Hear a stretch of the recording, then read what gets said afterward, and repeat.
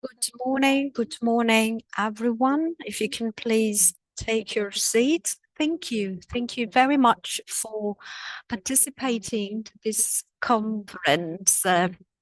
I'm Maria Teresa Pacchioli, and I'll be the moderator, if necessary, of the morning. So have a bit of a delay. Apologies for those that are listening to us in streaming. So let's start immediately, and I'll give immediately the floor to Valentina Pizzamiglia, who will greet you on behalf of CRPA and will give an introduction to this conference. Good morning, everyone. It's always great to see a room full of people, experts, and people that have an interest in these topics. We know that these topics are very much sort of up to date. We've always approached this with the sort of a technical approach, but also looking at the application of the outcomes of our studies on the field. So we will focus on the different aspects, in particular trying and sharing all of the information on a specific topic, in this case, carbon farming regarding the Parmigiano Reggiano supply chain. And we want them to share all of this information with the people involved so that everyone is sensitized and is trying and reaching the objectives that we have set. Of course, we're talking about the milk supply chain and the Parmigiano Reggiano in particular, which is an excellent sort of supply chain in our country and our region in particular. Also, on behalf of our president, I'd like once again to greet you all, and I would like now to greet and invite on stage Patrizia Alberti and Zanera Granlatte, Gaetano Cappelli of the Parmigiano Reggiano Consortium, and also connected with us, we have Professor Giuseppe Pulina of the University of Sassari and Arianna Pignanioli, who will focus on the some case studies in terms of the application of this approach. Well, good morning. Good morning to all of you. Just a couple of minutes, so 5 minutes to let you understand the context. As the Vice President rightly said, this project started within an intervention to finance innovation widespreading. It's important to foster innovation, and it is also very important to invest in the capillary spreadsheet of information. So we have to reach directly the farmers so that they are aware of what research centers and in particular our CRPA are producing in the field.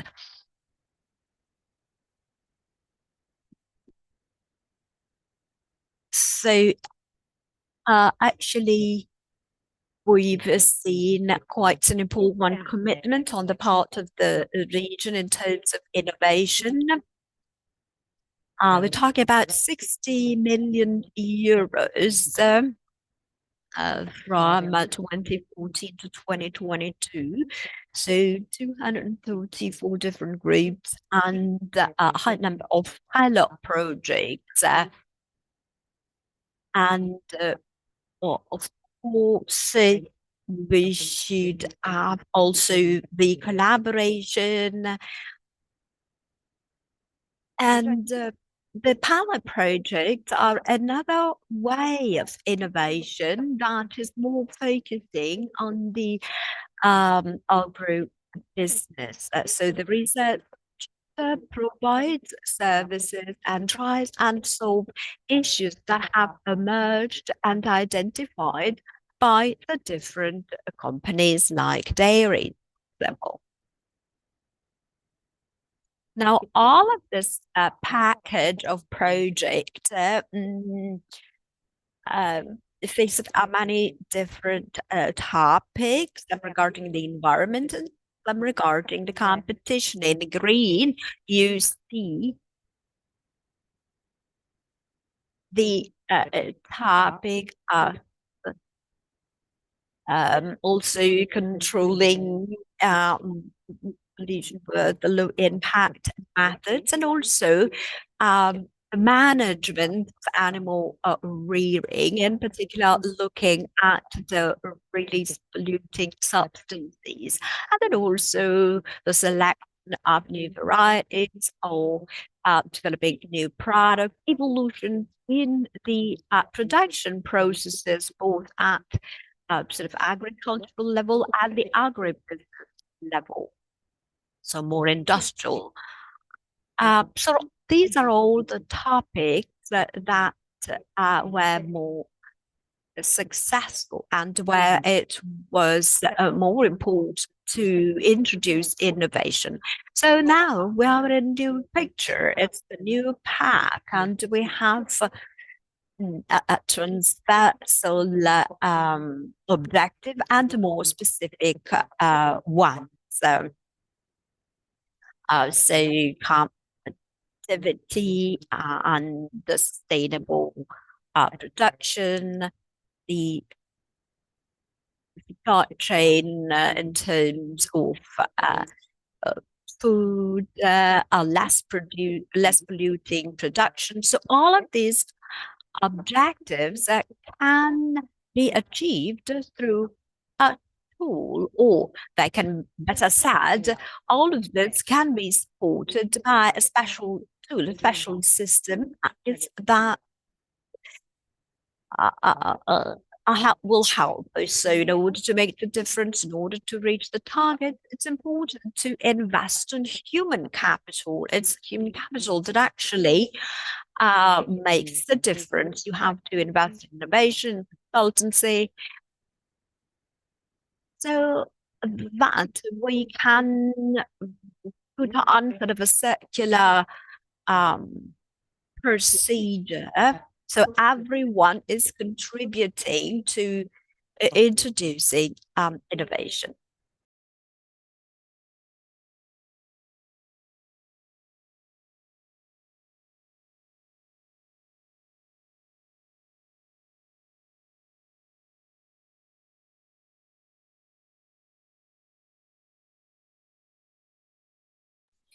The region decided to invest 51 million euros, which is an important value, especially if you compare that it is 5% of the total resources invested.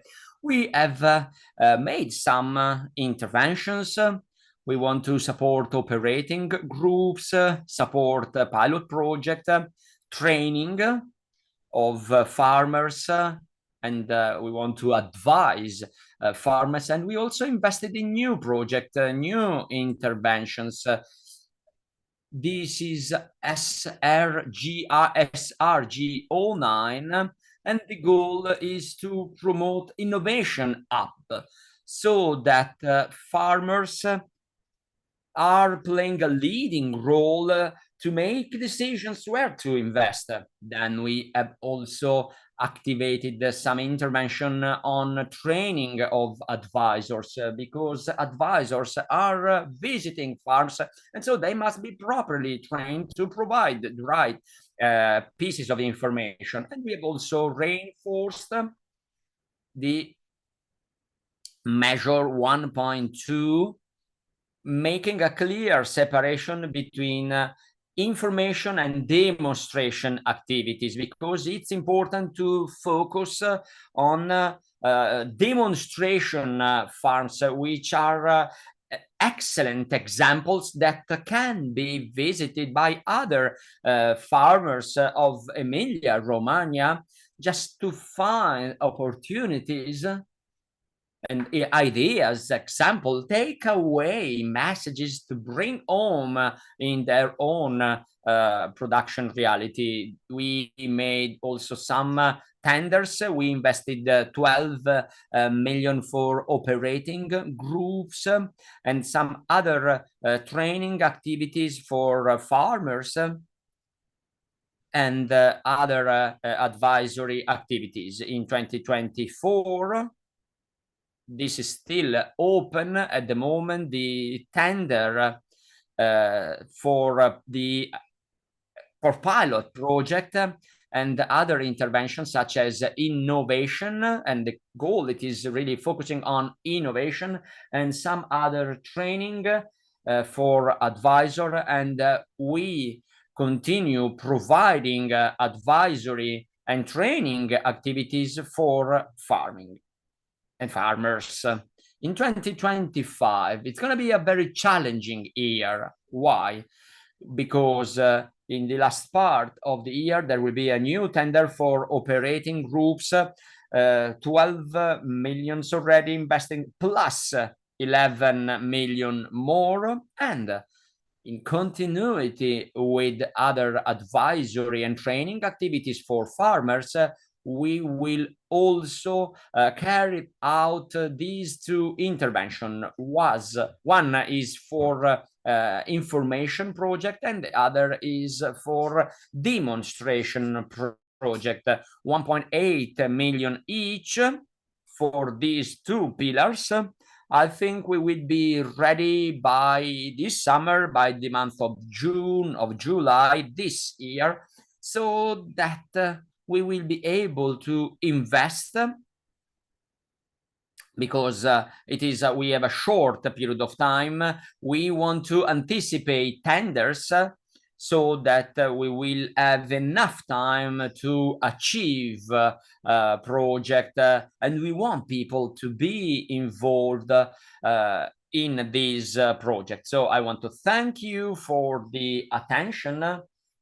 Next Tuesday, there will be a very important conference for us, and I hope also for farmers in Bologna, dedicated for innovation in agriculture, considering informing them about the new tenders to be launched in 2025. And there will be also a prize giving ceremony for the operating groups of the previous year. 3 candidates for environmental sustainability and 3 for competitiveness, and so there will be 2 winners and a prize giving ceremony. Thank you. Thank you, Patrizia. Thank you very much. Now we are moving towards the more technical part of our morning.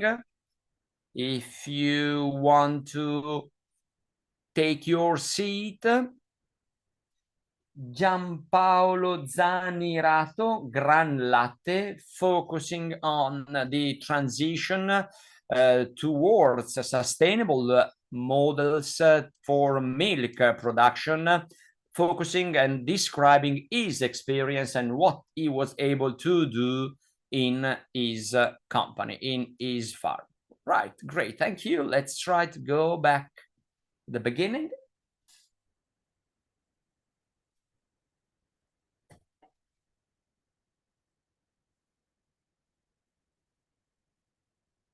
Good morning, Giampaolo Zanirato, Quality Manager of Gran Latte from Granarolo Group. Our company is used to produce food, milk, also a bit of Parmesan, but in small quantities.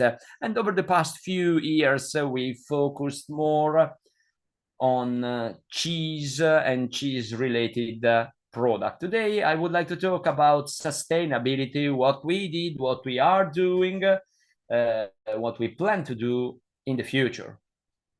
But before getting started, why is it important to be engaged in sustainability? Before entering into the details on new restriction about coming from Brussels, why are we supposed to be committed to be engaged on sustainability? Well, since we are a cooperative, we want to ensure, to make sure that what we leave to future generations is, whether it is a territory, a production system, well, we want it to be more sustainable. Second, to deal with climate changes and environmental transition. Third, also to provide guidance to our farms, just to deal with that in the most appropriate way. Fourth, if I'm not wrong, to consolidate the brand reputation, and so to be more competitive on that. This is the company structure. I just want to point out that since Grannarolo is a shareholding company, 63% of shares belong to Gran Latte. Gran Latte is collecting milk in 12 regions from Friuli to Calabria, so from northeast to the tip of the Italian boot, with 500 members. We have, unfortunately, to deal with an important decrease of the number of members. Our farms, our members, who are they? They maybe produced only 50 liters of milk, while from companies where they produce more than 300 tons. We have picked up, these are the figures of the milk we have, and 70% of that is coming from the Lombardy region, where we produce the highest level of milk. This is the evolution of the level of milk, of the quantities of milk, 9 millions. This is the forecast of our members, and then it depends on the weather forecast and the weather evolution. They planned to produce 9.5 million then for rains, and they were not able to sow corn or draft. The lack of rain in southern Italy, they were able to produce a lower level of milk than expected. Now, let's move to the, so to speak, regulation. We have a European directive imposing companies with more than 200 employees, more than 20 million in net revenues, higher than 40 million, to have a report on their, so to release a sustainability report. Grannarolo Group has more than 2,000 employees, more than 1.7 billion revenue. So they are supposed to release, Grannarolo Group is going to release a sustainability report based on this directive. But since we are a cooperative, Gran Latte, as I said, we are a cooperative, we must collect data from our members just to make our report more reliable in terms of data, of figures. Sustainability is based on 3 pillars: environment, social, and governance. Today, we are going to focus more on environment, so the environmental impact of our farms.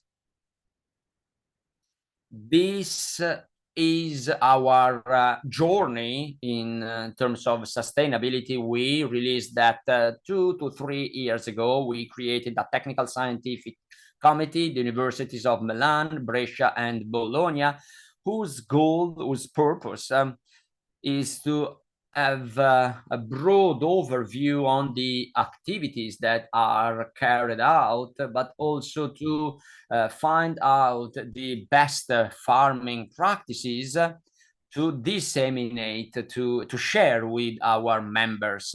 Second step was to check greenhouse gases emissions for a representative sample of farms, and then extend that to all our cooperative members. So we send a form to all our members. We collected data based on data collection, where we were supported by our technicians, of course, and we had a smaller group of farms, 30 farms, based on their size, on their geographical position, on breeds, on sort of management, on wastewater management. So that was our sample, and we sent them another form focusing more in details, and the University of Brescia calculated their environmental impact, which was 1.5 kilos of CO2 equivalent per liter based on the milk produced in 2021. Then, what else? Since we have all these data available, we made a step forward and we obtained a specific environmental certification, EPD, which is the first in Italy on raw milk. And these are the two certifications that we got, both on traditional milk and also on organic milk. Traditional milk is 1.5 kilos of CO2 equivalent. It was 1.4 on organic milk. And then we must move forward and pick up data for all our farmers. In order to pick them up, to collect them, we said to ourselves, we need something helping us. And so we set up a digital platform for data collection, working on PC, tablet, and mobile phone, already operative, and the data and the figures. I think you can see them. They depend on the number of animals in the farm. Those figures were supposed to be entered every month to have an annual amount for different categories, different types of animal, the quantity of milk, because all our drivers, they have a tablet. They are supposed, when they go and collect the milk, they are supposed to enter those data. So we already have data available in terms of quantity and quality as well. Here you can see an example of the platform on a day-by-day basis, the quantity of milk collected by a company. And so we can do benchmarks with previous years. You can filter and you pick up the period you want, both in terms of quality and quantity. And then on the farm management, this platform X Farm is already operative since few years now, and we are working on data collection on farming. So there will be a plan of all fields for a specific farm. So we will have a total surface for every single farm, and then the quantity of water, the yield, and afterwards all details, the level of all practices, all what they did and when. And this is important for the farmer itself, and also to for our sustainability report. This is the plan using of a board of a member of a cooperative member, and then the consumptions in the farm in terms of energy, so the level of fuel, water, power, methane for the animals and for the fields. And then waste management, the level of waste generated by the company and by the farm, and wastewater management, and then renewable energy coming from photovoltaic panels, or then biogas or biomethane installation.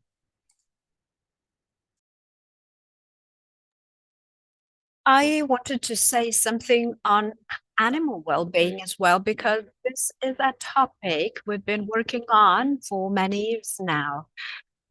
The ministry, a couple of years ago, presented this system, classic farm, that will evolve into quality system at the national level.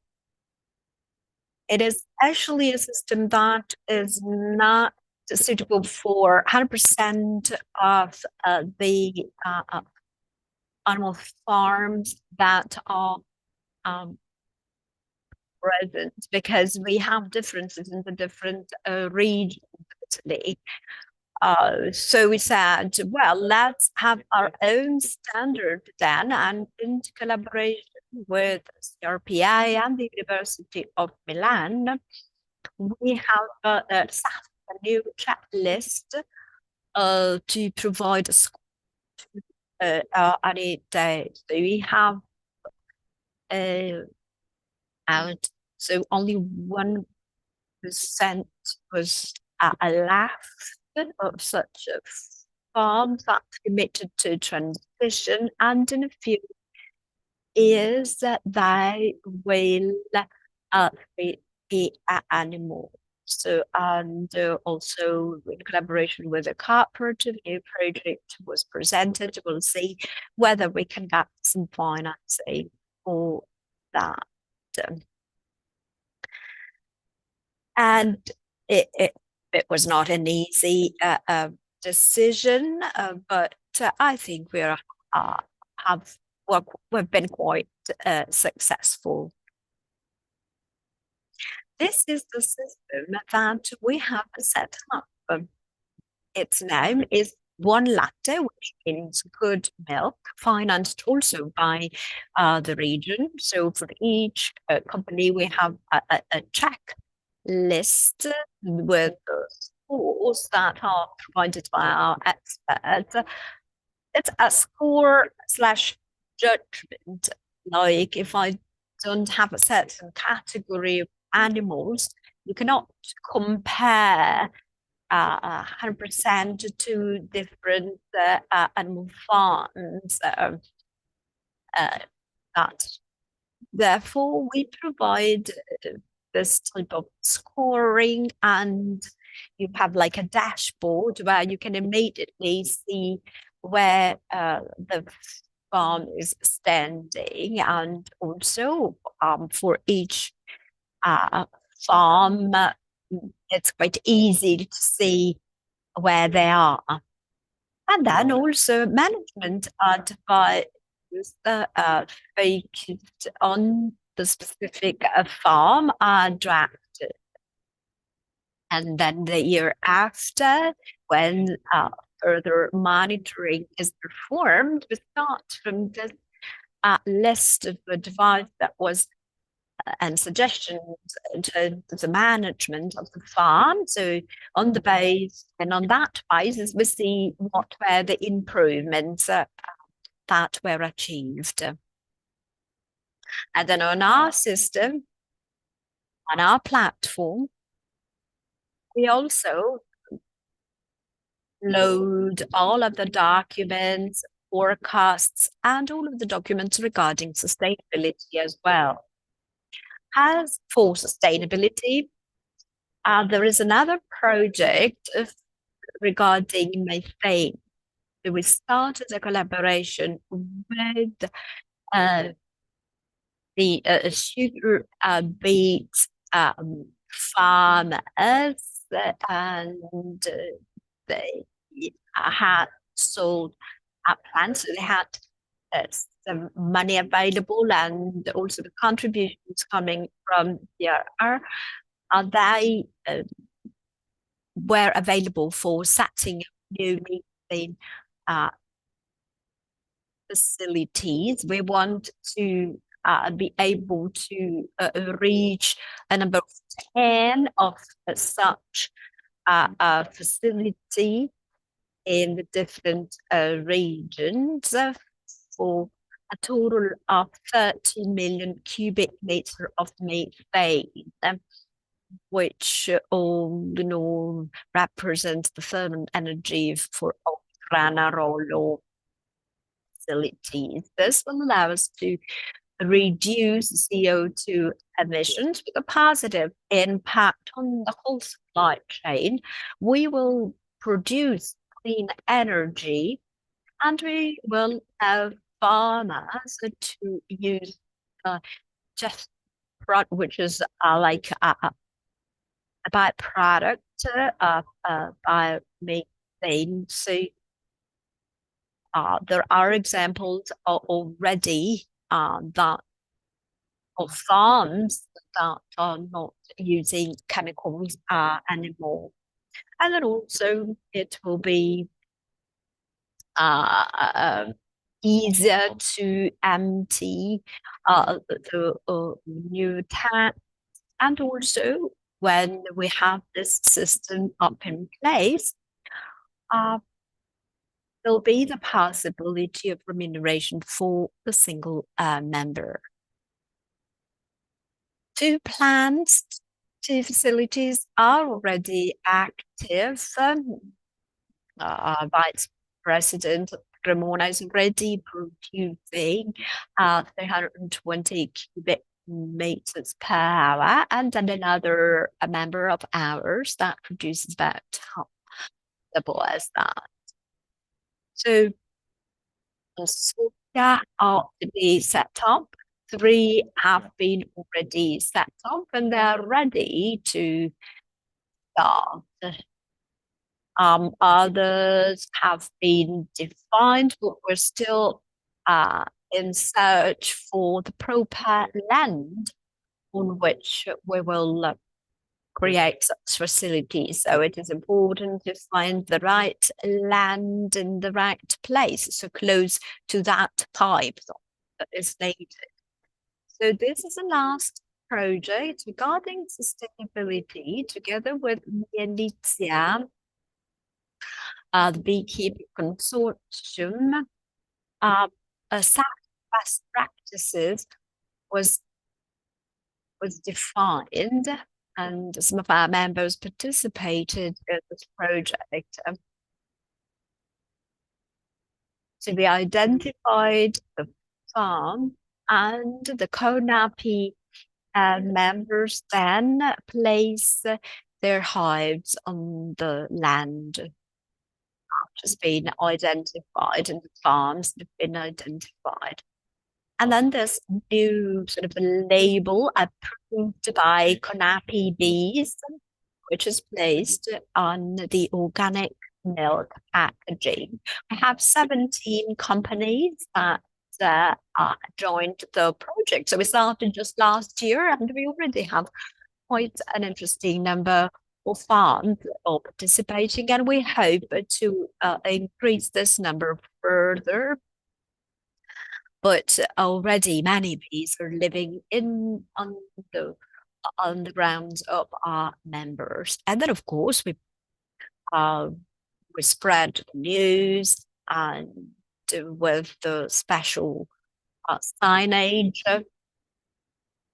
We're talking about companies of any size, from farms, goal size.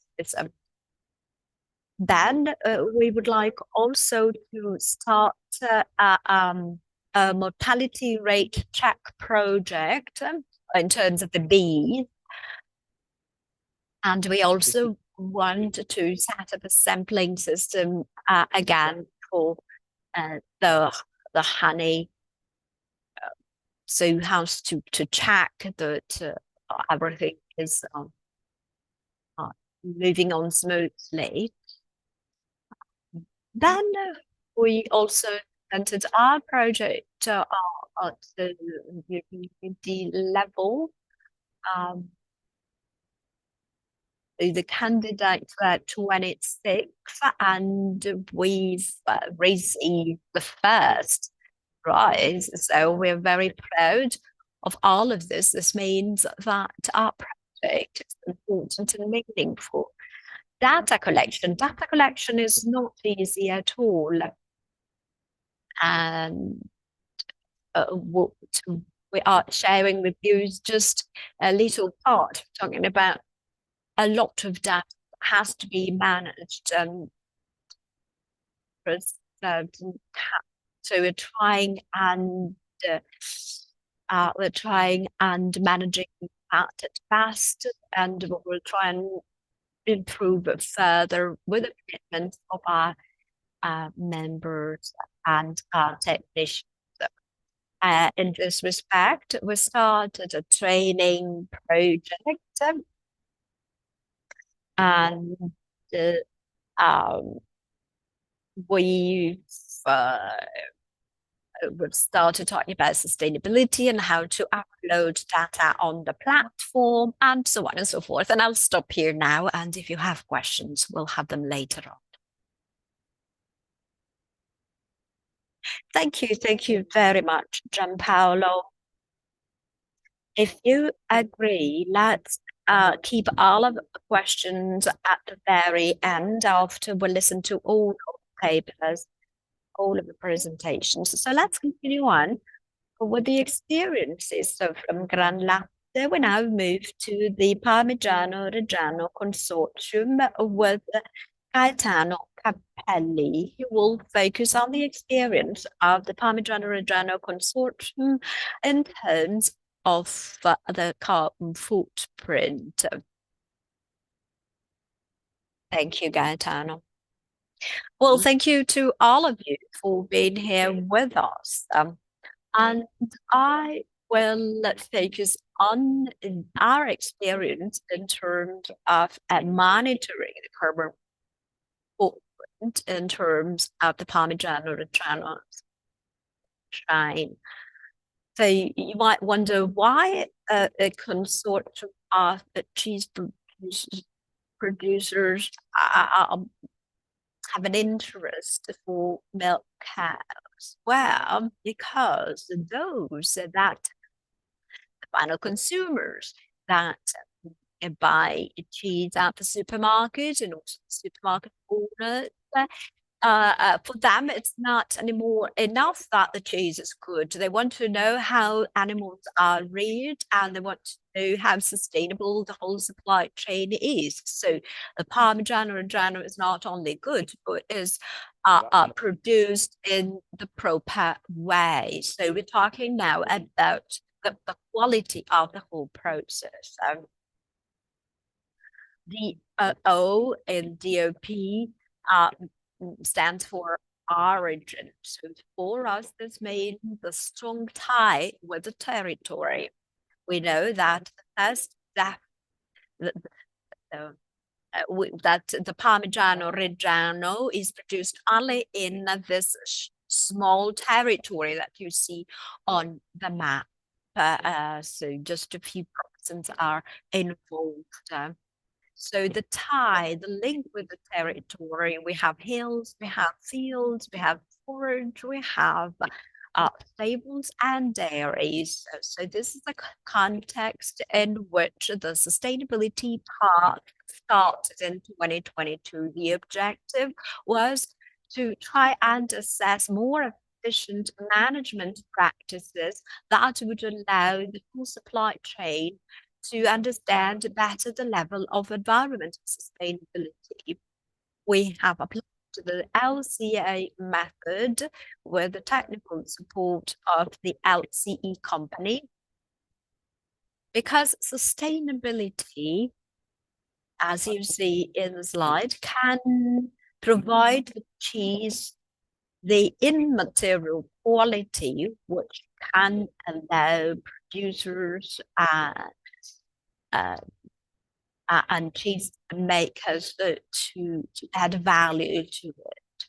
So we started an environmental analysis of the supply chain, and then we mapped the dairies, and then 20% them and 10% of the farm. And then data collection was performed. We analyzed the data and we set the objectives and the potential improvement areas in terms of greenhouse gas emissions, land use, and so on and so forth. In terms of sampling of the dairies, well, we use 3 criteria: the management type, or in terms of their altitude at which the dairy is located, and also in terms of their size. We can talk about small dairy and big ones. So in order to have a significant sample for our analysis, we selected dairies coming from all of these types, and then animal farms were also sampled, and it's in particular we focused on animal well-being, and we subdivided the farms in 3 different sort of areas, and then finally we selected 244 of them, without listing all of what was assessed. So we started from electrical energy consumption, fuel consumption, water consumption, or the characteristics of the material usage, also in terms of packaging and how they would treat wastewater, among other parameters. And then also the warehouses were involved, and there was a specific questionnaire for the warehouses, because we wanted to monitor the environmental impact of the whole supply chain of the Parmigiano Reggiano. We started with the impact of the 12-month aged one, and then we assessed the impact of the 24 and 36-month Parmigiano Reggiano. So different areas were assessed: animals, how many animals were there, their weights, and a whole series of other parameters, how much how much milk was produced, and the percentages of fat and protein in the milk. And then we checked what the animals were eating. Also self-production was assessed. And then the whole management of farms, so different consumption, energy consumption, fuel consumption, and so on and so forth. And then the management of manure, and then also how milk was transported. We followed the life cycle as a method to calculate all of this, because we feel that it is the best method of to assess the whole life cycle.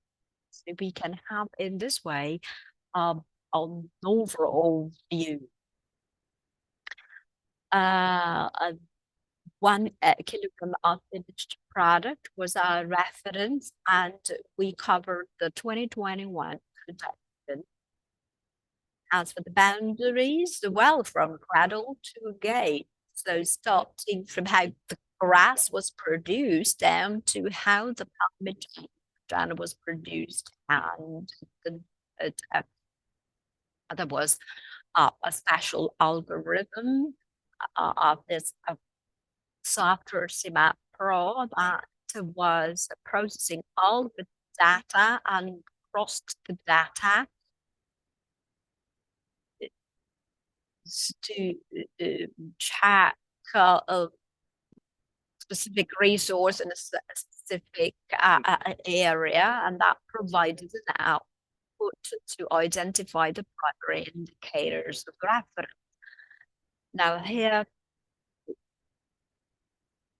we started from the farm and we did all of the processing and on the management data.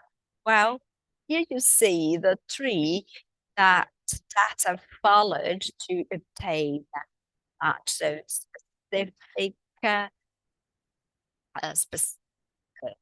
specific processing was performed so that we could achieve important criteria for us to be assessed in KPIs to be checked, like greenhouse effect potential, terms of equivalent CO2 produced, or the acidification potential, the eutrophication potential, regarding bacteria and algae in the production, and then we checked the renewable energy sources or non-renewable energy sources that were used. We also tracked the type of waste that was managed and how hazardous waste was. So this is the outcome. And of course, the carbon footprint on this example of farm, we having toured to 300 farms, but as you see, there's the distribution now of the carbon footprint of 1.54 up to 2.4. This is the distribution of farm with the average production per animal, and we can see that there is a reduction of CO2 produced per animal. So it depends on the level of production per animal. And I don't know if you can easily see that that's a comparison between two farms we kept under control. And we can see that on the left-hand side, there was a rationing with 65% and 35%, while other farms, the split was 50-50. And we can see actually that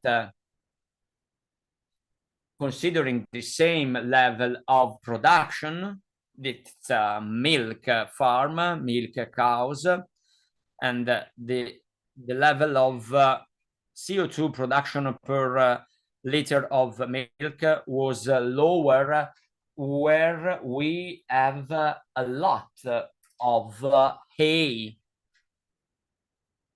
And this is true only if production are kept constant. In this case, we have a farm with 62% of hay coming from alfalfa, but the level of production is lower, while in a farm where they use more concentrate food and higher level of milk, it's more sustainable. So it is true that high hay alfalfa is more sustainable, but if this depends on the product unit, it depends on the level of production. And so that's the balance every single farm is supposed to find. This graph I'm going to show you now is important to determine, to assess in the level of manure. On the left hand side, where they have digester biogases, while on the right we have farm with no biogas, so traditional management for manure. So digesters are reducing the environmental impact, but in the second column we can see the potential equivalent of CO2 produced in case of cover tank and basins. So not even thinking about a biogas plant, just covering tanks, this would be helpful. And while carbon footprint versus compared with seasoning, even if seasoning is longer, there is no impact on CO2 emissions. So the conclusion, we were able to understand different correlation, for instance, manure management, and the consortium was aware of what is going on, but this is not enough anymore, because especially in 2025, we must keep monitoring all farms and think about enhancement plan for animal well-being. Thank you. Thank you very much, Gaetano.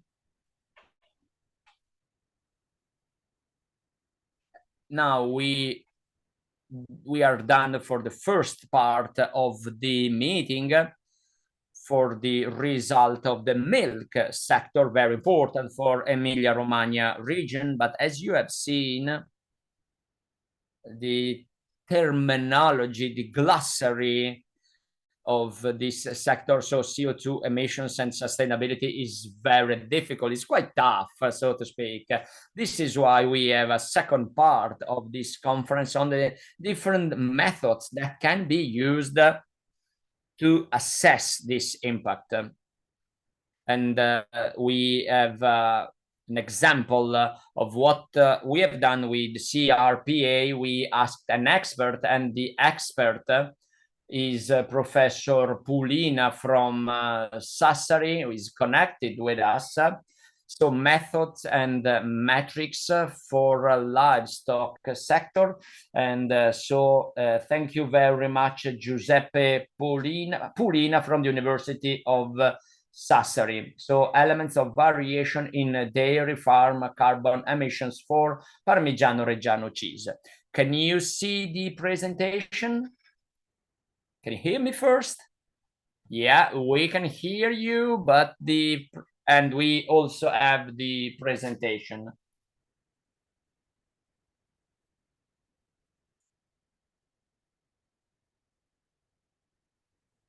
I want to thank the other panelists, because they have already talked about some of the points I would like to share about milk cows, and Francesca Muddina helped me in this process.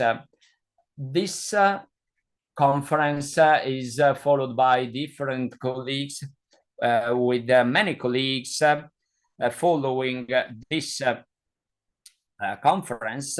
So a very short comment on the regulation and the standard we have to comply with when we perform an audit of general emissions and climate altering emissions.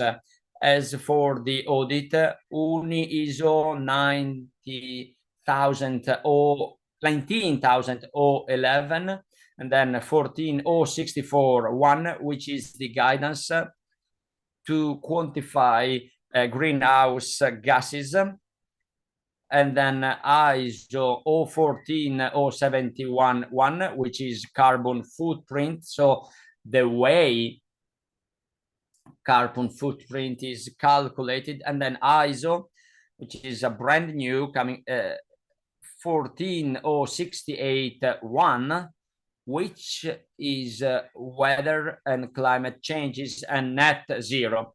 That said, what are we going to talk about in this presentation? First of all, we are going to talk about methane and why methane emissions are so important in farms. Who is producing methane and why? And then we are moving to the heart of the presentation, how to measure methane emissions, then the metrics to assess climate altering emissions, and then some take-home messages. First of all, we all know that the most popular metrics is the one of the IPCC, the Intergovernmental Panel for Climate Change, and United Nations agency, as you all know, telling us that 1 kilo of CO2 is equivalent to itself, but in 100 years, the climate altering power of methane is equal to 28 kilos. So 1 kilo of methane is equal to 28 kilos of methane, and 1 kilo of nitrogen peroxide is equal to 267 CO2. These are the 3 gases to be taken into consideration when we assess the impact of agriculture and livestock. And methane is also interesting for rice production. Is to be taken into consideration for rice production. Very shortly, the carbon footprint for milk and cheese, it is calculated by summing up all emissions of climate altering gases expressed in equivalent CO2 for the functional unit. So 1 kilo of milk in the first ratio and 1 kilo of cheese in the second ratio we take into consideration, and we have these two definitions. So let's talk about methane. Why methane emissions are so important? Well, they are important because most of the carbon footprint in different food is carried out in the farm. In the scope 3 management, the primary production and then processing, and that they have all the emissions upstream. This is a nice study of the CRPA, where we can see that the carbon footprint of Parmigiano Reggiano, 90% is in the farm and only 10% in the processing, aging and distribution. So if we want to reduce carbon footprint of Parmigiano Reggiano, we must work there in the farm. What is the carbon footprint? We have been told that food milk is 105, traditional is 1.5, organic milk is 1.4. This is 142 of carbon footprint. What is important, 53% is methane, CO2 equivalent coming from methane, coming from manure. So manure, which is the one of the product of force of rumination, while Berton estimated a carbon footprint of 131 and 48% coming from methane from rumination. Again, we check, this is what we have done in 72 farms. Carbon footprint 136 from 1 to 2, and in Italy we have an average of 135 kilos of CO2 equivalent per liter of produced milk, per kilo of milk produced. And in this case as well, almost 50% of the impact is due from methane coming from rumination, while for the rest is for milking and different phases of the animal growth, animal breeding. This is the carbon footprint for buffalo farms, 375 based on this study, Pirlo and others. We are once again 50%, almost 50% of impact coming from methane, and then water management, enteric methane. And when we talk about the evolution and the growth, because we can see here that in this case we have almost 70% for the line calf cow, while when they are fatting, where they are gaining weight, the level of enteric methane is decreasing due to the fact that an important share of the impact is absorbed by food that is given to allow animal to gain weight. So methane, that's the point. So why methane is so important, and why are we supposed to reduce the level of methane that is produced in our farms? Very shortly, we have all been studied these things. We teach them at university, but actually the genesis of methane is a sort of side effect for carbohydrate fermentation, because that's the basic structure of our carbohydrate. We have starch. If it comes from starch, there is a fermentation based on propionic acid, consuming all hydrogens. So we need no methanogens, while when we think of fibers, they must intervene to reduce the level of free hydrogen, and so they reduce carbon, transforming it into methane. In the production of butyric acid, we have 2 acetic for a molecule of water. So butyric acid is giving a quantity that of methane lower than the production of acetic acid.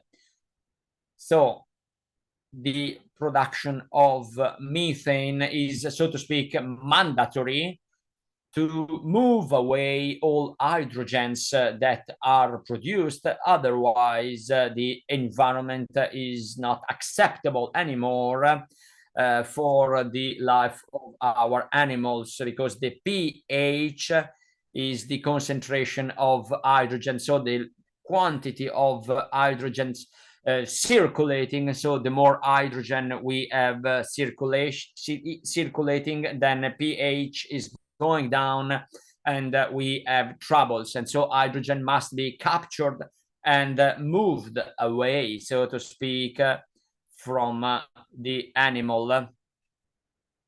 So the correlation between ANDF and the organic matter digested is just playing down, mitigating some correlation, but when the level of digested fibers is going up, this correlation is becoming more and more structured. This study has been published in 2024, and so the methane, we tend to grab that the more the quantity of digested fiber is digested, while this is more and more controverted when the digested fiber, the level of fiber that is digested is lower. What is clear, and literature is consistent on that, is that methane emissions are based on the quantity of dry matter intake, both for meat, for beef animal, and also for milk animals. These data are coming from Australia. This is very interesting because the correlation that you can see here, this is very well interpreted, and so we can see that an indirect estimation for methane daily production based on dry matter intake, it is quite reliable. So who is producing methane?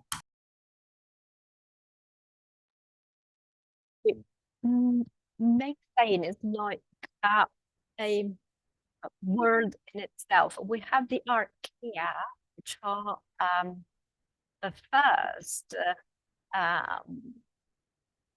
creatures that appeared on our Earth more than 3 billion years ago, and I live in extreme conditions. There are quite many. This is an estimate of the biomass of the whole. We have plants that make up the largest part, and then that little corner there is the animal. The archaea actually have a biomass that is much larger than that of animals. And look at bacteria. Bacteria versus animals have a biomass that is 35 times higher. And if we just dive into the animal, you see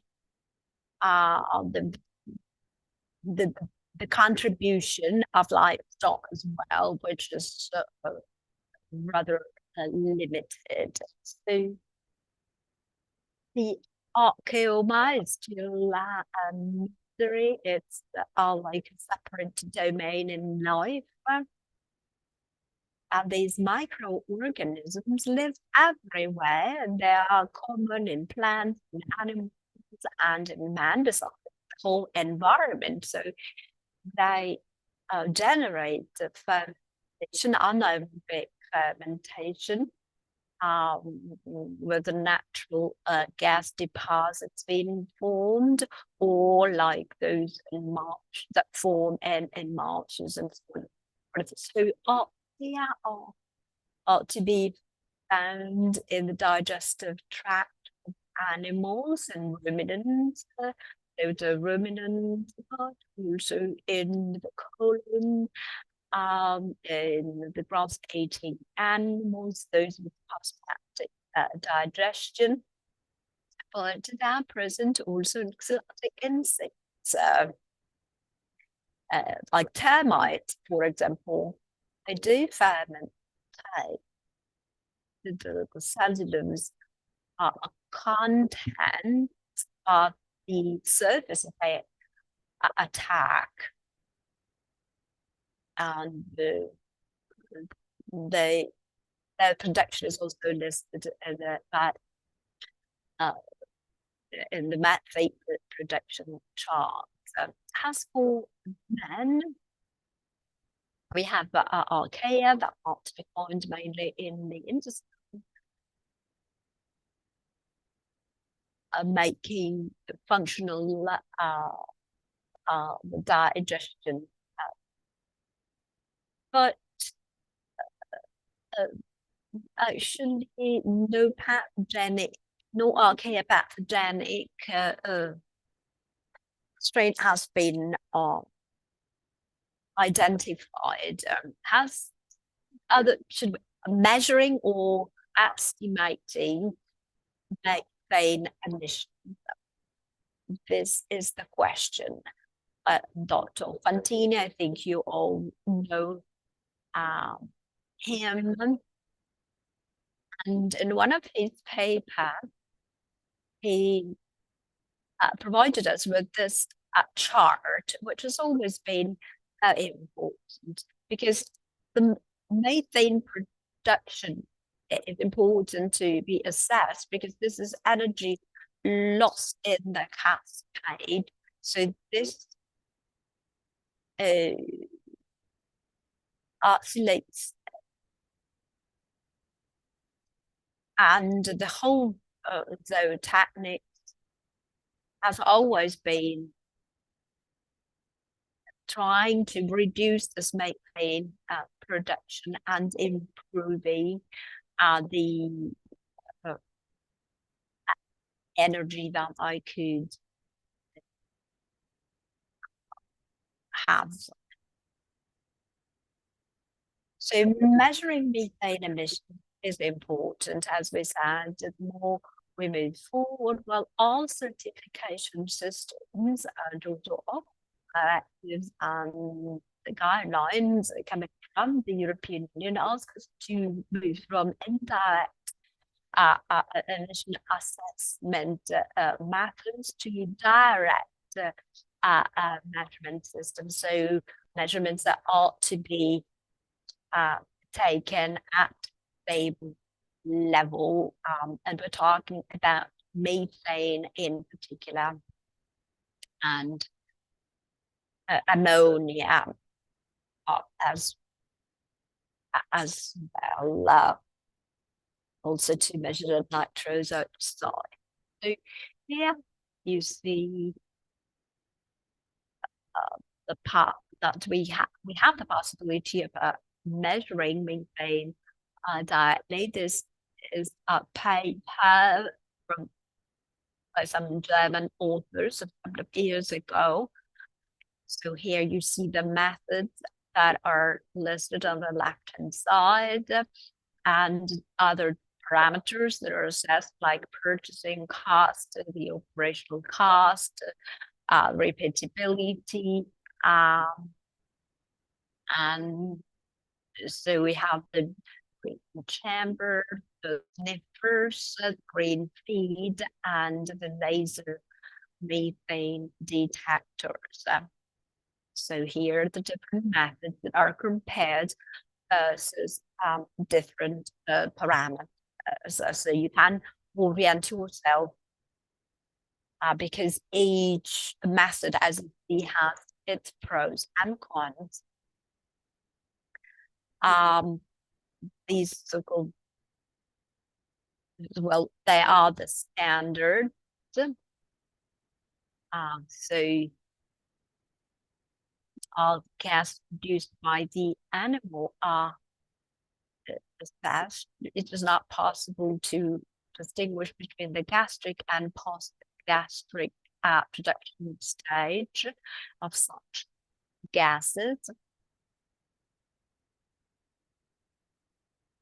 And so, but actually it's only 5% by the animals. But the problem is that they are very expensive. The sort of measurement is very expensive, and so, and also there are some limitations in terms of the behaviors of animals that might be different versus the behaviors they could have in the stable. And then we have in vivo direct methods like the green feed. You see this little drawing on the right-hand side that shows how it is done. This method is quite rapidly, and it is considered by now almost a standard. The cost is a bit high, and it is used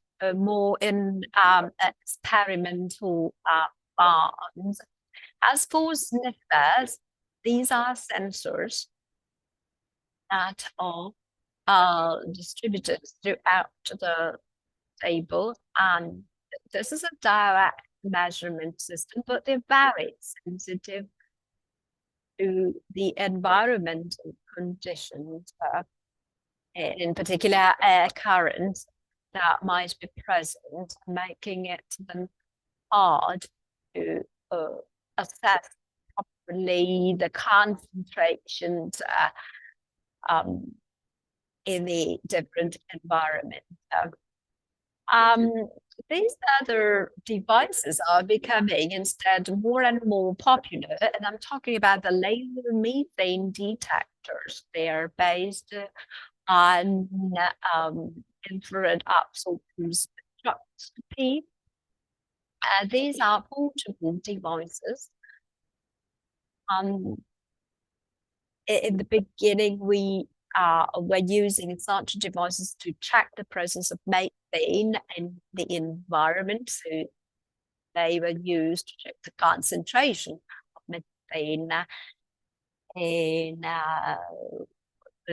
the environment, to check or find possible leakages in pipes, for example. So here you see the different parameters, the reference minimum observed, the different observation intervals. So these are all of the standard settings. And in terms of the measurement, well, we get the ppm per meter, and through a proper algorithm, you were then able to quantify the quantity of methane that was produced by an animal in the 24 hours. These devices are quite easy to be used, but sometimes the data that we got a bit hard to analyze. Here, how you use them. You point to the nose of the animal device, and you have to carry out at least 2 measurements per day, and you have to keep it for at least 3 minutes, and actually 5 minutes would be better. And so this device records everything and keeps therefore all the data then analyzed to check different peaks, and you can therefore measure the irritation event. And here you see the maximum level of methane that is produced while breathing. So how can we then transform all of this data into quantities per day? And this is an important work that was produced, an important paper that shows how we have a software available that can do that for us. So you enter the data, for example, for milk cows, we can calculate the quantity of methane that is produced by each cow every day. So what was detected per day with the reference method. In this case, it was the metabolic cage, which is the gold standard for methane emissions. Further indirect methods, here you see the spectral analysis, again, another paper that was published last year. Direct measuring of methane emissions or indirect ones, so they overlap one another. And besides, of course, giving us all information regarding percentage of fat and so on. Well, this is quite an interesting method to try and measure the methane output. you use previous equation, and we're using it quite a lot with sheep as well. And then we have indirect methods, which are those that you have used in the previous two presentations. The models that were mentioned are those accepted by the technical and scientific community, i.e. the IPCC. They are accepted in the IPCC guideline. And there was a last update in 2019. This is based on gross energy with a conversion factor into methane of this energy. So the gross energy that is consumed on a daily basis by the cow. It's a simple equation that helps us in bring this datum. And you see that the YM value varies and according to the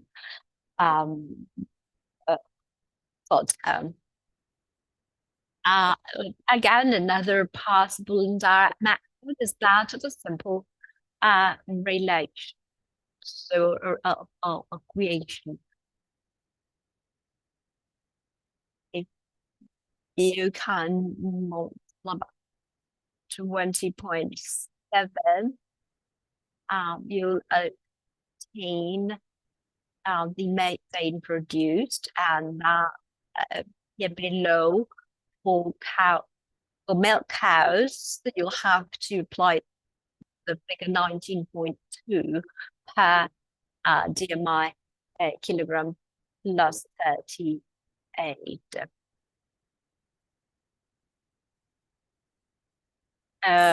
You see different authors have given an per day that is a bit different, 19.14 plus 2.5 or that 23.1. So different metrics that can be used, as we said. And here, what I have presented to you is there's a possible methods. But if we use additives like which reduces quality, we cannot measure that because in such equations, this is not taken into account. The use of additives is not taken into account. The quantity of methane, however, in Europe is decreasing. You see this on the right-hand side chart. In Italy, these are our estimates. So in Paris, methane production is reducing.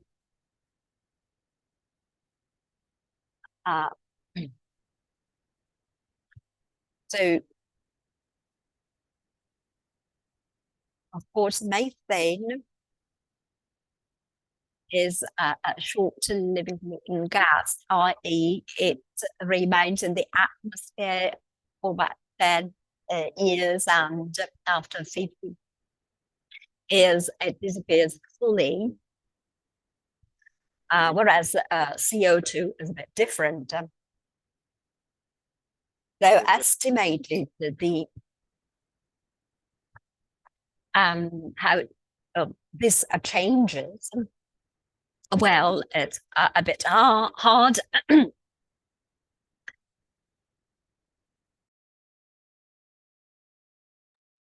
And many different authors tried to do so. So up above, you see the emission and the warming power. If the methane and CO2 emissions rise at the same pace, the climate changing power of methane stays the same, whereas the CO2 one is exponential. If we have constant emissions, the warming factor for methane is almost null. In case of falling emissions, you see what happens. What has been released in terms of CO2 in the atmosphere stays there in the atmosphere, so we cannot go back. Whereas for me,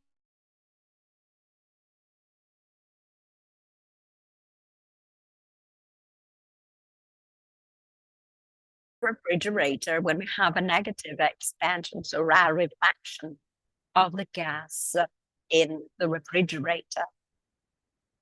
Now, I'm not going to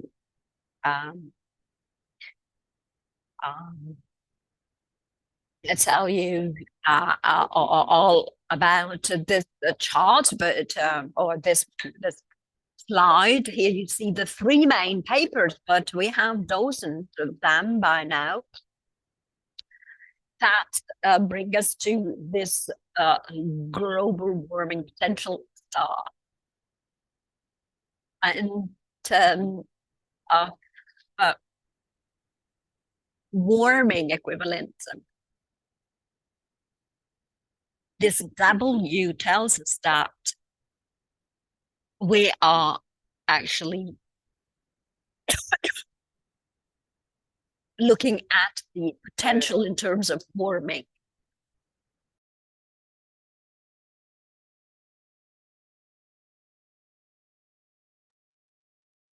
So in terms of CO2 equivalent and warming equivalent, with the old metrics, not very much changes. After 20 years, the accumulated quantity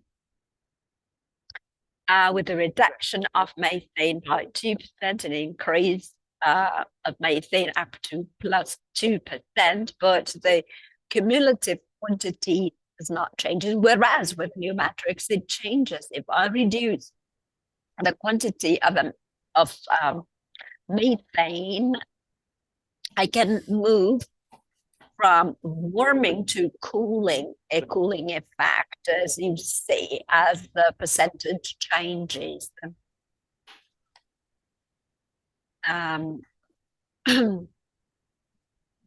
Whereas the old metric were actually overestimated up to that point, whereas the new metrics assess more properly the warming effect that methane has if the percentages are higher. And here we see what happened. Let's presume that all of these figures, so we have 100 cows and the emissions per cow per year, and then another case is 110 cows and their emissions. Now, what happens if I use conventional metric?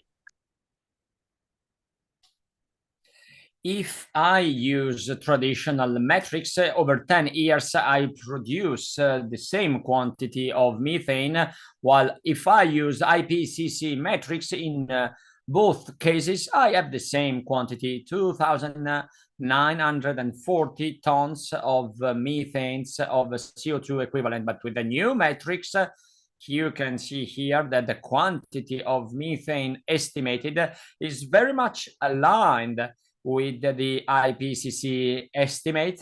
But if I have a reduction, I go to the negative territory, minus 1,300 tons. So there is a major difference between those who increase and those who decrease. This was taken into consideration by the FAO, and in its last report on methane emissions in livestock and rice systems, they suggest to use this equation with a simplified formula for a 20 years period of time. and in 2026, IPCC will review the formula introducing these metrics. So since we need new metrics for methane emissions, these are some studies carried out all over the world. This is what we have done. We proved that rather than warm up atmosphere, Italian farming is reducing the level of emissions. Why emissions are important? Because they represent the most important share and part of impact. And so methane management is essential to mitigate climate change. And this is based on fibers, but we have to think that we are thinking about methane reduction. We are working against Archean. So if we are fighting against that, we must be careful because if those elements, if those organisms were able to survive, this means that they play an important role. How to measure them? Direct measurement is the most simple ways and the cheapest way as well, while indirect techniques should follow direct measurement and to adjust equation and models that are used on a large scale. And new metrics have the advantage of providing a better representation. So having an impact, a better impact for systems improving methane emissions versus systems keeping them constant or reducing them. A couple of books that you can to enter into further details on this subject. This is my research group, and I want to thank you for the attention, and sorry if I was a bit longer than expected. Thank you.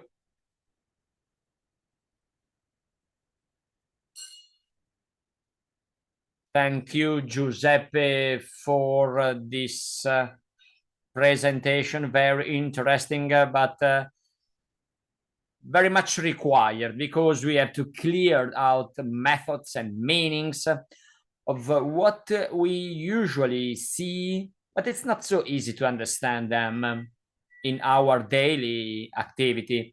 So how are we going to conclude this conference today? Well, we have seen some results, some outcomes. We have focused on some approaches bringing to different results. So what have we asked to ourselves within CRPA? Well, when we see a certain carbon footprint, one milk is 1.3, 1.6 in different years. Can we compare them? Is there a correlation? What are the consequences? What is the meaning and the consequences of having changed methods and metrics? Well, in the database of our farms, we have applied different methods to the same sample of farms, discussing about the possible changes that we may have, and so trying to understand how figures must be read. So we complete our presentations, leaving the floor to Arianna Pignagnoli.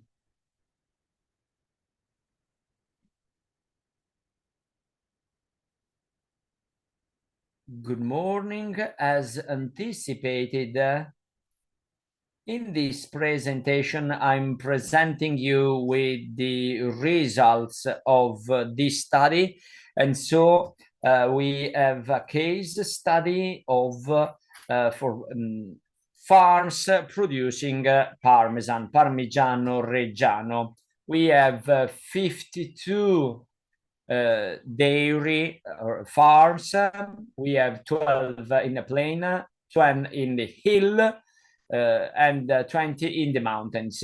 These are the main feature for those, the number of animals is higher for those farms in the plain, and then 43% is the same. So the production of milk higher for the farms in the plain, and the intake, dry matter intake per day of 22 kilos, and the food efficiency is 120 for the farms in the plain, and 113 and 114 for the farms located in the hill and the countryside and the mountain. The result is 143 of kilogram of CO2 equivalent, and 149 and 153 respectively for farms located in hill and mountains. Let's have a better focus on these results. As already anticipated, we compare the results in LCA assessment carried out by our sample of 52 farms, comparing the IPCC method of 2006, the updated method of 2019, and then we have thought about a third scenario with the global warming potential of methane that has been previously described and explained by the colleague. What can we see? Well, if we apply the IPCC 2006 methodology, the carbon footprint results is 126 of a kilo of CO2 equivalent per kilo of milk. What do we have?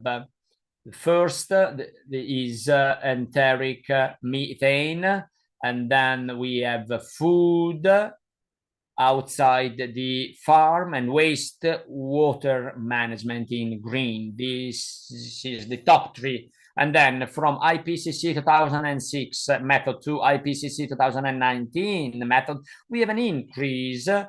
We observed an increase of the carbon footprint, increasing from 126 to 149, with enteric methane on the top of the podium, and then food outside the farm, and then waste water management. So the three main elements on the podium are the same, but we have a global increase of the carbon footprint, once again from 126 to 149. If we apply the GWP star, and so if we consider the presence of methane in the atmosphere, and so considering the global warming potential of methane in the atmosphere, not 100 years, but half-life duration of 15, 20 years, we have a reduction of the carbon footprint.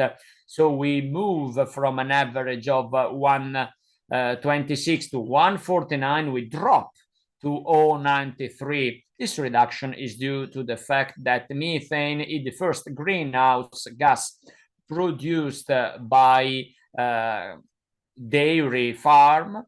So we have an important drop of enteric methane, and also a different results on wastewater management based on the way wastewater is managed, while food outside the company is almost unchanged, because the first impact, so the use of food from outside the company, is not methane but CO2.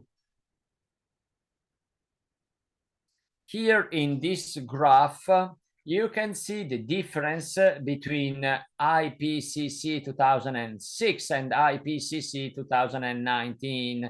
We compared the farms, we compared the results, and we noticed that our cluster of 52 farms they all observed an increase from 2006 to 2019, but in different ways, and we clustered them in three different groups. You can see that a first cluster in light blue, farms having an increase lower than 20%. Then in red dots from 20 to 35%. But then there is a group of farms in which we observed an important increase with the 2019 method of 35%. So these are the most polluting due to the use of 2019 method. What are the main changes? There was an update of the database because, of course, we updated the method. And so the last versions of different databases. What can we see here?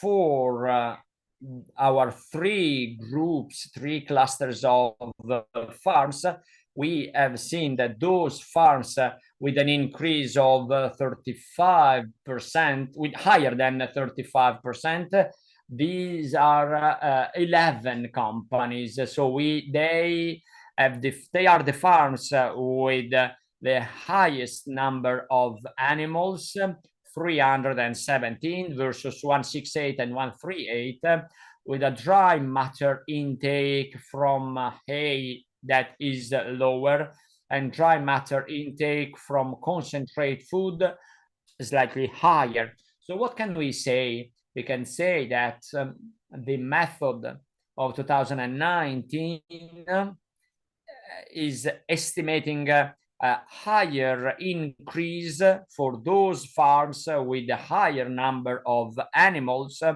using a lower quantity of hay in their food, in their dry matter intake, and more concentrate. Going back to the main concepts, what are, globally speaking, those factors having an influence on carbon footprint? Food efficiency and daily milk production. Those concepts have already been introduced in the past in other presentations, and these are what we can find in the literature.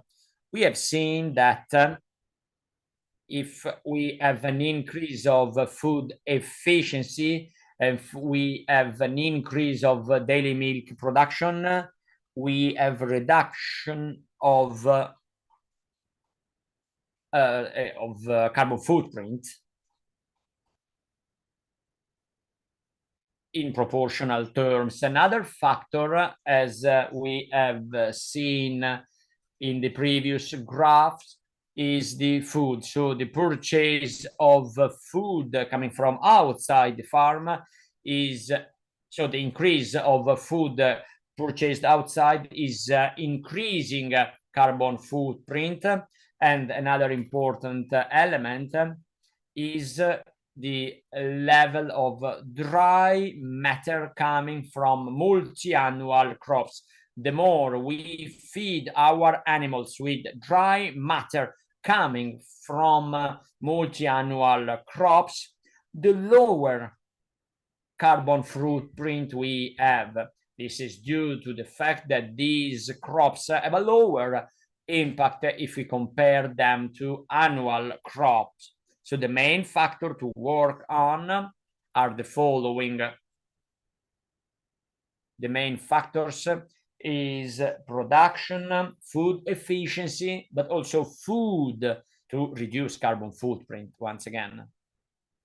To conclude, we have seen that results change a lot based on the method we apply and the database we used, if the database is updated or not. The update of IPCC method and database provided higher values of carbon footprint versus previous versions. Those companies with a higher highest gap are those with the highest number of animals and with the highest quantity of concentrated food. And the location of the farm, apparently in our case study, plain, hill, mountain, apparently has no influence on the final outcome of carbon footprint. This is the working group working on this topic that carried out this study, and I'm done, and I thank you for your attention.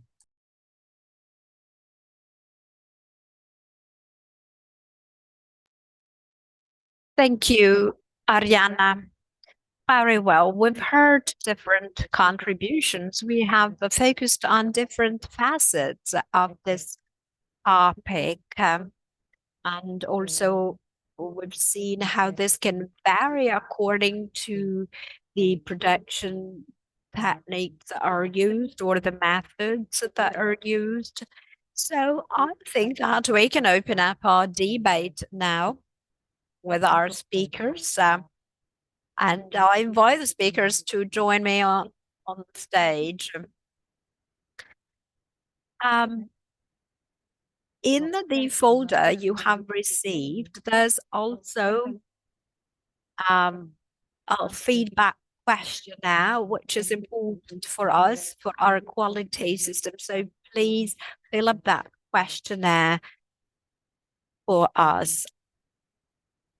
I'm available here to collect questions, to also coming from our remote audience. I have actually a question for Giuseppe Pulina, if he's connected. Yes, I'm here. There's life behind the screen. We have spoken at length on emissions, and we know how the calculation method can be important for their reduction. But we have not focused on carbon farming, it's also on so we have not seen how it works at farm level, but in terms of assessment of global emissions, of a production system of a country like Italy, for example. So I think that this can be an interesting topic. Yes, indeed. We are faced now with the new directive that came in November 2024. It's actually regulation for a certification framework in terms of carbon absorption on the part of the soil. This framework included also animal rearing emissions, but they at the beginning, but then they were put aside, and this regulation is focusing only on carbon stock of the soil, of the so-called carbon farming, in Italian carbonio cultura. And it is focusing also on other ways of carbon stock, carbon taken and put underground or under sea.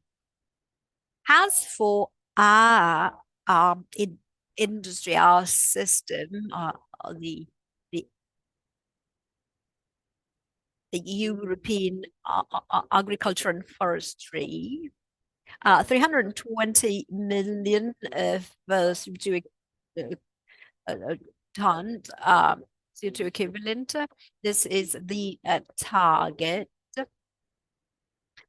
A 55% of, so a reduction by 55% of the 1990 emissions. So these are the reference figures that's of the Green Deal that have not been updated. So these 320 tons are split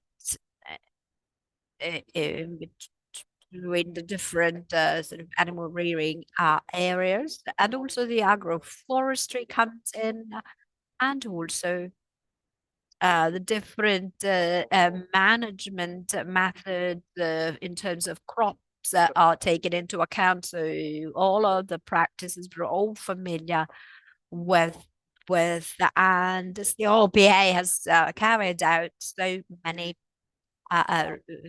much research on that. This regulation provides also indications on how a certification system has to be set up. A strict certification system based on the quality system, i.e., we need to check the long-term figures for the carbon credits, and then also sustainability is taken into account. So the carbon storage systems do not have an impact on other areas like biodiversity, for example. So what will happen? So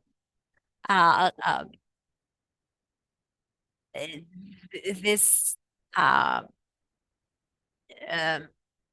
this element is taken into account, and so this carbon sequestration is taken into account, and compensations ought to be envisaged, and this is the first use, which is advisable for all, but that can also put on the market in terms of carbon credits. In the futures this year, this is a market that is forecasting it's around $100. So you have to take stock of that. So there are different measures to be carried out. Actually, the whole system is quite complex. Another aspect we're also focusing on, and the EU in particular is focusing on, is the property of a carbon in the soil. So, uh, mm, so if this is used for emission abatement or is put on the market for carbon credit quotas, well, this carbon is as passing hands, so to speak. So the owner of the land, of the soil and the waters beneath it, uh,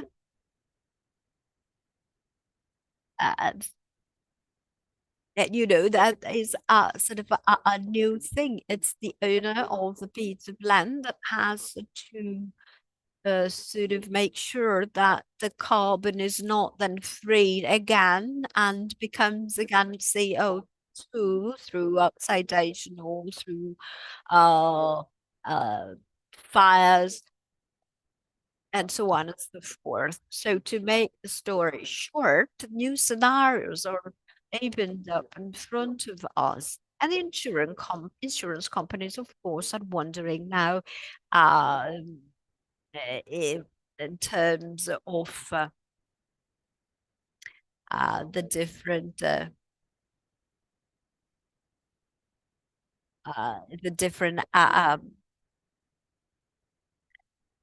the different premiums, insurance premiums, and so on and so forth. So to conclude, we do have different methods to check the carbon stocks, and this we as a working group we are already publishing on indirect estimate methods of residual biomass that stays on the farm and become carbon. But there's quite a lively debate among the different specialists in the field. I don't know whether I provided you a clear answer.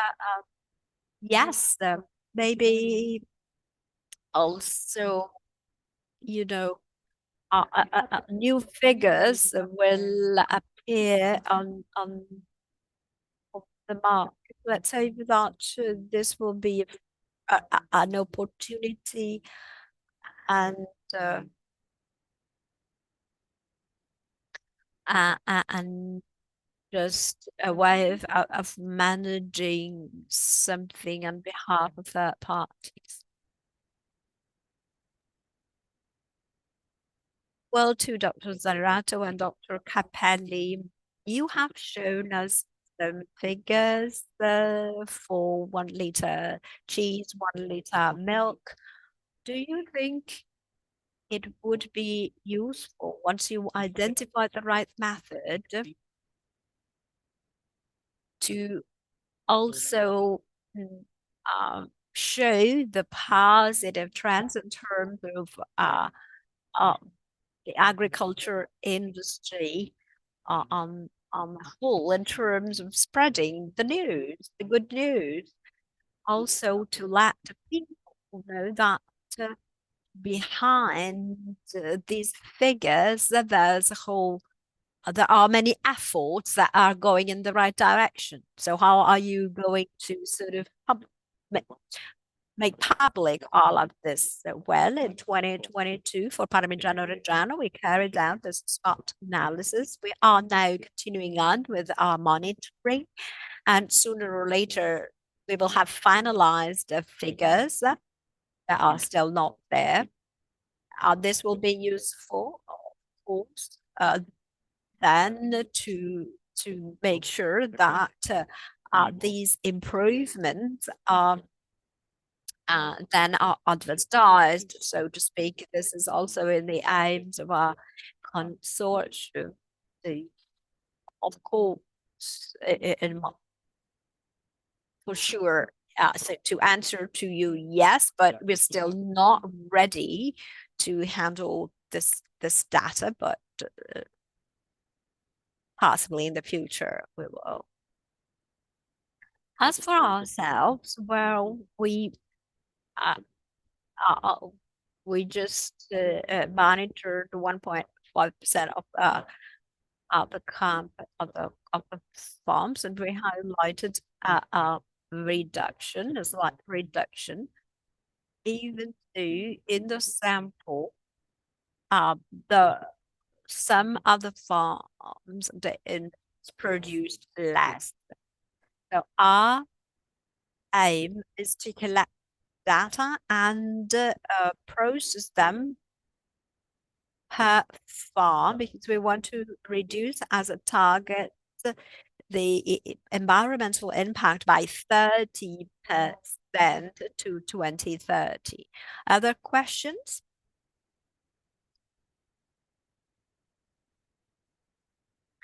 If on your side there are no further questions, then I think that we can stop here. Maybe Valentina, do you want to draw some conclusions before we greet you? We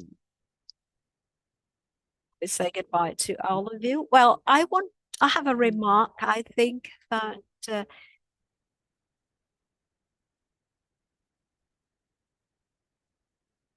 in terms of the animal rearing part, always we have the eyes on us. We are the bad ones. We are the polluting ones. So this morning was very useful also to see the differences that can be there in terms of the measurement system that you are adopting. Also, it is important, in my opinion, to invest besides, I mean, investing on production methods and to farm understand how they can decrease the pollution, but we need also to act on consumers. We need to use a language that is as simple as possible when we communicate with our consumers. Otherwise, we will always be the bad ones there. If we look at some TV shows, uh, animal breeding, being it for milk or meat, and also pig breeding, we're always the culprit. And there's a lot to be done in terms of communication with the general audience, the general public, the population. Okay, so we've seen an overview this morning, uh, different cases that we provided to you, a lot of information, and I hope that you've increased your knowledge and your awareness. As Ms. Alberti said, we are not the devil. Has something. We will have to continue on studying and perfecting the calculation methods. The carbon sequestration is to be taken into account and included in our metric. Um, but the outcomes are there, especially if production systems are becoming more and more sensitive to these topics. We mentioned many different aspects, among which efficiency improvement. Of course, a more efficient production will allow for lower losses, so to speak. So the different strategies that have been proposed on the field, like covering up the manual tax.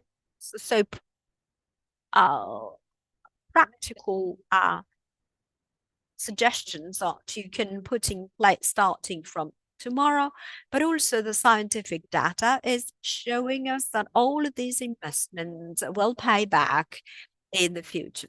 Communication to the final consumers is, of course, very important. And this is true not just for the Parmigiano Reggiano chain, but it is true for all of the animal being, I mean, chain. So we need to be simple in our communication. Consumers need clear statements and need to be able to understand properly what's behind. Only in this way, science will be able to dissipate fake news that sometimes are there, especially when we talk about products coming from animal rearing.